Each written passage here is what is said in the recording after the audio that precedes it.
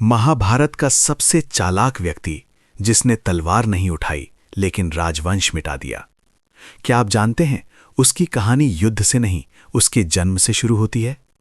वो पैदा हुआ था एक ऐसे राज्य में जो भारत का हिस्सा होते हुए भी भारत से अलग था।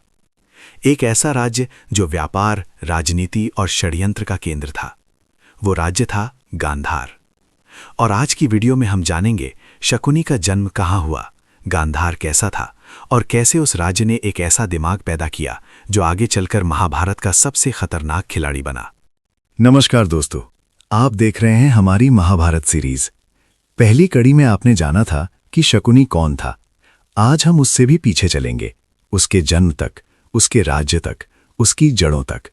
क्योंकि किसी भी इंसान को समझना हो तो उसके कर्म नहीं, उसकी शुरुआत समझनी पड़ती है। भाग 1, गांधार कहाँ था।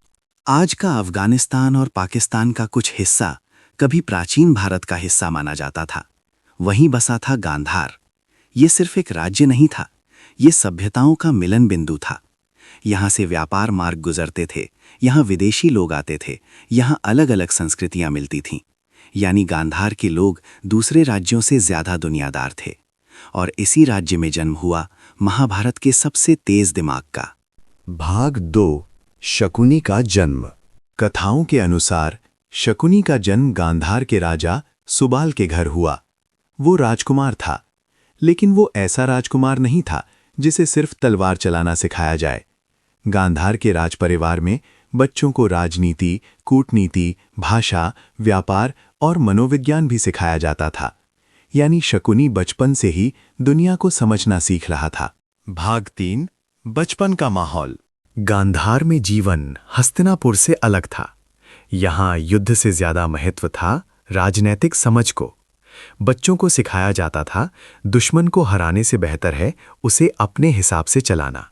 और यही शिक्षा शकुनी के व्यक्तित्व की नींव बनी। वो देखता था कैसे उसके पिता राजाओं से समझौते करते हैं, कैसे व्यापारियों से सौदे होते हैं, कैसे बिना युद्ध के जीत हासिल की जाती है। यही उसकी पहली पाठशाला थी। भाग 4, शकुनी और उसकी बहन। शकुनी की सबसे खास पहचान उसकी बहन से जुड़ी है, गांधारी। कहा जाता है शकुनी अपनी बहन से बहुत प्रेम करता था। राजमहल में दोनों साथ बड़े हुए, दोनों ने राजनीति सीखी, दोनों ने राज्य की जिम्मेदारियां समझी। शायद तभी जब गांधारी का विवाह दूर हस्तिनापुर में तय हुआ तो शकुनी के जीवन की दिशा बदल गई। भाग 5, जन्मभूमि का असर व्यक्तित्व पर। हर इंसान अपनी जन्मभूमि से बनता है और शकुनी की जन्मभूमि एक ऐसा राज्य था जहां बुद्धि ताकत से ज्यादा बड़ी मानी जाती थी। गांधार ने उसे सिखाया, सीधा हमला आखिरी विकल्प है, पहले दिमाग से खेलो।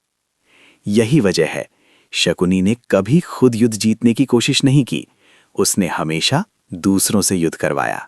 भाग 6, गांधार बनाम हस्तिनापुर।